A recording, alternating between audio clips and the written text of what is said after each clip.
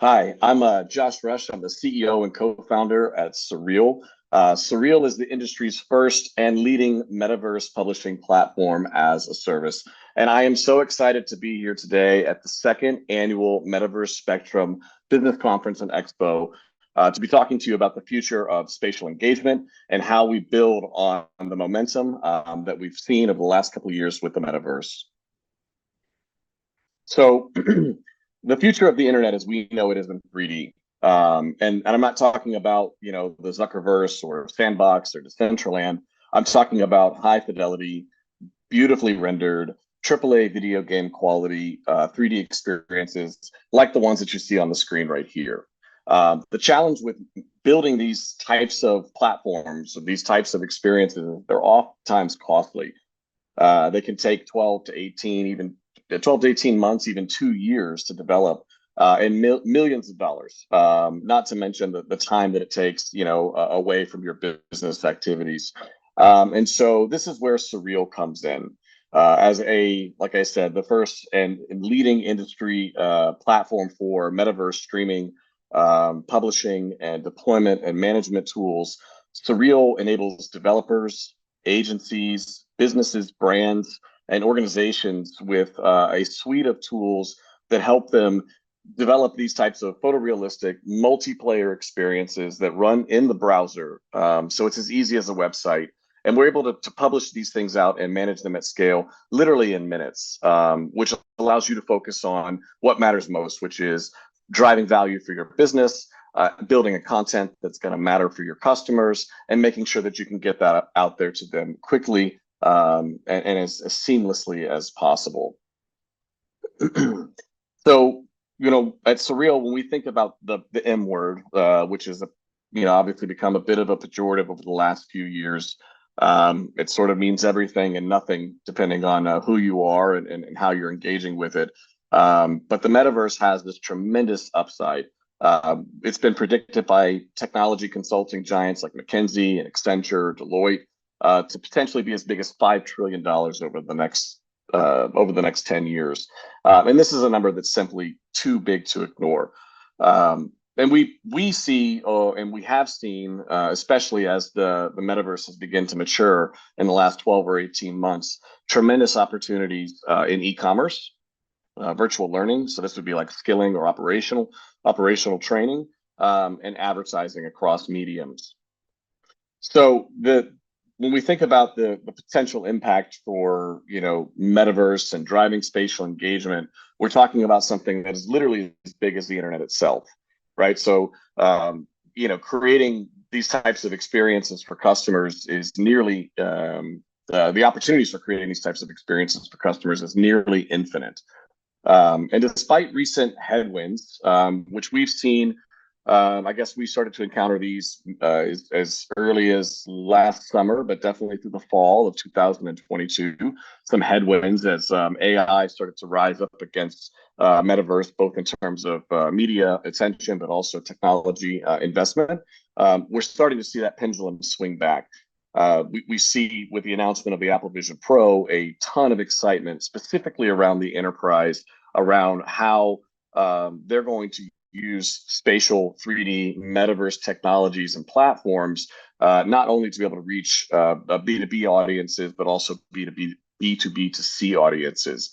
And, there's no real turning back at this point. And the reason why everyone's so excited about this and why companies are still investing in this is because of the engagement factor. The traditional 2D web that we've been, used to, we call it Web 2.0 for the last 15 years, is something that we've had to scroll through. And when we think about spatial engagement in metaverse, now we're talking about something that we can actually scroll through. And that type of engagement is unparalleled. When we think about the time that we're kind of casually just browsing through a feed or looking at things that come across our screen. Spatial metaverse experiences encourage users to come in, to captivate, to explore, and really, really get to know a company's brand. But like I mentioned early on, this is a brand new, we call it a nascent industry. and it's messy, it's difficult, and it's heavily dependent upon marketing. And so it's really, really important that as enterprises and large scale companies and agencies are leaning into this medium, that they understand what those complexities are, why it's important to have the right technology partners, the right technology platforms, the right internal muscle, resources and staffing to be able to create the kind of flywheel for value that ultimately is going to drive the metaverse into discussions with the C-suite that are more than just checking the box of the kind of we did a metaverse thing. We had a PR event, we launched a product. The board's happy. I mean, that's what we saw for the first 18, 24 months from 2020 through 2022. But now, we have to find ways, and companies have to find ways to be able to build on that engagement model in a way that's sustainable. And that's really what I'm here to talk about today, based on our experience over the last few years and working with some of the biggest and best brands and companies in the world, what we're doing and what their technology, innovation, and leadership suite are thinking about when they're engaging with metaverse technology platforms. And so at the heart of this is really, like I said, engagement.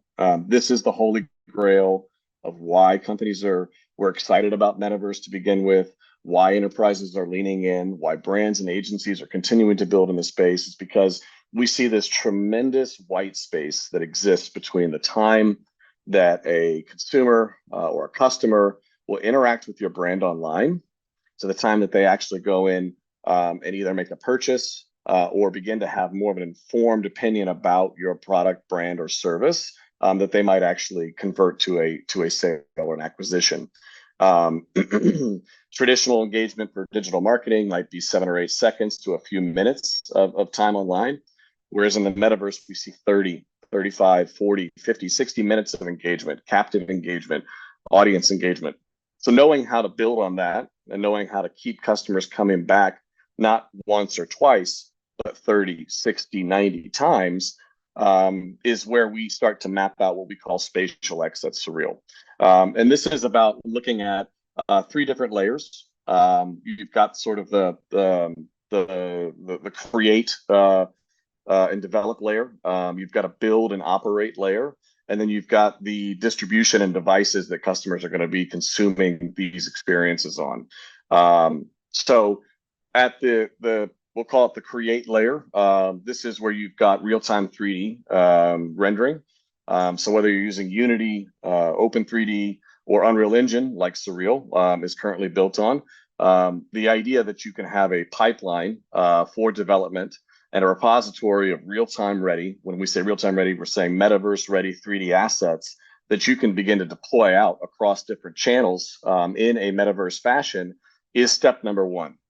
Without real-time 3D, you're not ever going to be able to consistently produce content at a speed that can scale. Then we've got the build and operate layer. And this is where companies or platforms, technology platforms like SURREAL come in, where you actually need to be able to manage the DevOps infrastructure for cloud deployment. You need to be able to have the CMS functionality at enterprise scale that allows for you to be able to set up things like headless commerce, create new functionality, run campaigns, update content. Think of what it takes to maintain a current 2-dimensional website.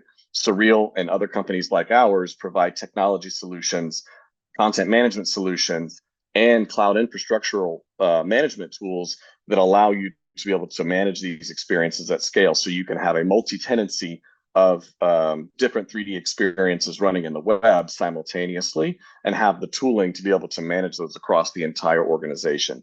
This in and of itself may be the single biggest challenge to metaverse because it's a very complex build and operate environment. You're talking about video game technology, web technology, virtual reality technology, all coming together into a new set of tools that are beginning to define standards of how these types of systems and platforms need to operate. And then you've got sort of the distribution and consumption, kind of channel, which is how are people going to consume my experience? Is it going to be a completely a web-based or screen-based experience, which SURREAL is largely a web-based experience? Am I going to be deploying to different headsets? Is this going to be contained to my enterprise? Are we going out to customers directly? What are the optimal ways that we need to make sure that we can distribute content that's going to be a great experience for customers, again, both internally or externally? And so having the right hardware partners, the right device management systems in place, the kind of, even I would say system integrators and technology partners that will help at a broader level to be able to maintain and manage these types of systems is really important. So getting this right, and if you get this right, where now you've got teams developing content, marketing, promoting content, technology platforms and systems in place, and the devices and the tools that you need to manage those devices going, you start to get this flywheel effect where now you're getting into creating and pushing out consistent content that's driving value for the business. And by driving value, I mean, we're either selling something or we're able to lower the operational cost of a particular business function that we typically do in an analog or an offline fashion, right? And I'll be able to talk about that a little bit more here in just a second.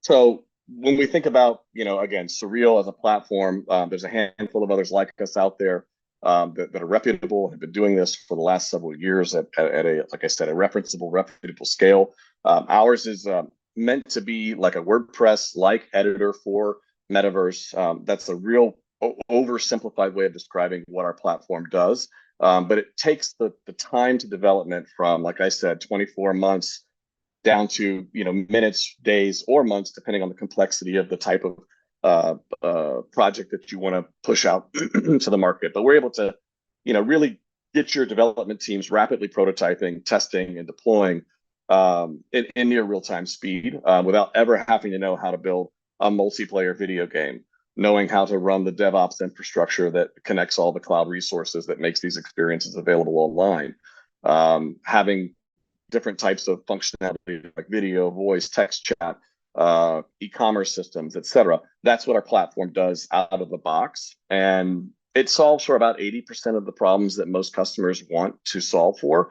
And then we've got, open APIs, RESTful APIs, referenceable implementations that you can take and extend, developer tools that your own team can come in and extend the platform further for your own purposes or needs. And then, of course, we have our own development studio and professional services team and consulting practice that will sit with customers and help them understand, more about what it is that they're trying to do and how to get to that Spatial X flywheel sooner rather than later. So like I mentioned, we've had the good fortune over the last few years to work with some of the biggest and best brands in the world that have been racing to create these types of high fidelity experiences for their customers. And last fall, we got to work with Flipkart in India. And Flipkart essentially is Walmart in India on a 7-day Diwali Day festival campaign. It was their first ever foray into Metaverse. We built out an Indo-futuristic showroom every day, swapping unique products, promotions, and driving customers to complete their KYC as part of the process. And for the customers that completed their KYC, they had an opportunity to ingest unique coupon codes that would apply to super discounts like 80, 90% off for that one day and one day only within the Flipverse. And what we saw was, again, average dwell time of about 30 plus minutes. We had 100% interactivity in the space, meaning everyone clicked on or interacted with something in the space while they were there. And then we had a 2.5% conversion to cart. That 2.5% conversion to cart means they actually took something into their basket, completed the purchase in Flipkart app. And that is, a number that traditionally compares to somewhere like 0.5% for conversion to cart with traditional digital marketing campaigns. So these types of engagement metrics are just simply too big to ignore. And we see them consistently across the different types of metaverse activations that we've run, including a series of 7-day cruise events that we ran for Celebrity Cruise Line, who launched a new cruise ship in the Metaverse. Was the first time that it had ever been done. Like Flipkart, we were seeing these 30-40 minute dwell times. What was surprising was that actually baby boomers had the highest dwell time And we have an away from keyboard and AFK feature that will boot users out of the platform if they're not active after 3 or 4 minutes. So we were getting active and interactive time from probably one of the hardest to reach user groups for something like, or demographics for something like Metaverse. So again, just crazy amounts of interactivity. Plus, we had this fringe benefit where if you went in and checked out the different destinations of this particular cruise line, you had an opportunity to get a unique booking code. I believe that they actually, like I said, an offshoot of this, it wasn't even our goal, sold enough new net bookings to pay for the activation itself. And lastly, we worked with, for the last 3 years, the world champion Atlanta Braves, a Major League Baseball team based in Atlanta, which is where SURREAL is headquartered.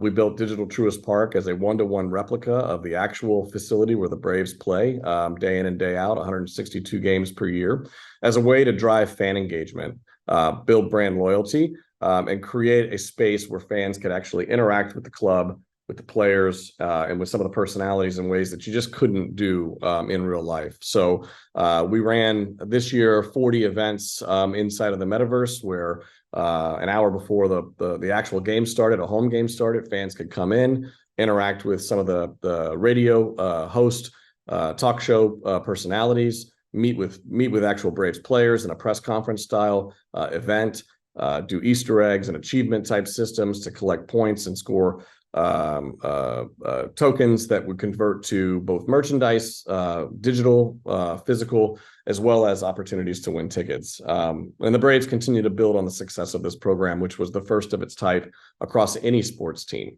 So we see, from sports entertainment IP like the Atlanta Braves to direct consumer hospitality, travel and tourism experiences, as well as retail. There are plenty of opportunities for brands to really lean into this space and take advantage of what is an unparalleled amount of attention that customers are willing, or consumers are willing to give. Beyond that, SURREAL is starting to see a tremendous interest from enterprise. We most recently announced and signed a 5-year deal in partnership with Amazon Web Services and Emirates Airlines to build the first of its kind virtual HR recruiting and cabin crew training facility in the Metaverse. This will be a multi-device, multimodal experience where new cabin crew can come in, immerse themselves in the brand and the world of what it's like to be an Emirates cabin crew, and then actually familiarize themselves with the craft that they're going to be flying, and go all the way through LMS accredited training inside of virtual reality. The goal being that we want to try and create a little bit of pressure relief on the physical facilities that Emirates have in Dubai, which are best in class as far as aviation and cabin crew training go, just to create a little bit more human to human time for human to human interaction, which is so important as they're trying to roster crew and get them up into the air. We feel like we can offload some of these muscle memory building and training type exercises into Metaverse as a way to create at least 10 to 15% additional throughput on the physical facilities and the facilitators that need that face time with their crew to work on the more refined and finer points of cabin crew service. And lastly, we've got a major project with one of the largest beauty retailers in the world in partnership with WPP and Publicis Group, which is a large luxury shopping experience. And so, while the Metaverse maybe doesn't have the same hype that it had going into the start of 2022 and beyond, we're seeing the maturation of use cases continue to just explode, and interest from some of the biggest and best brands and companies in the world continue to grow in this space. And so it's never been a better time to be building, and I'm so happy again to be here and looking forward to taking some questions.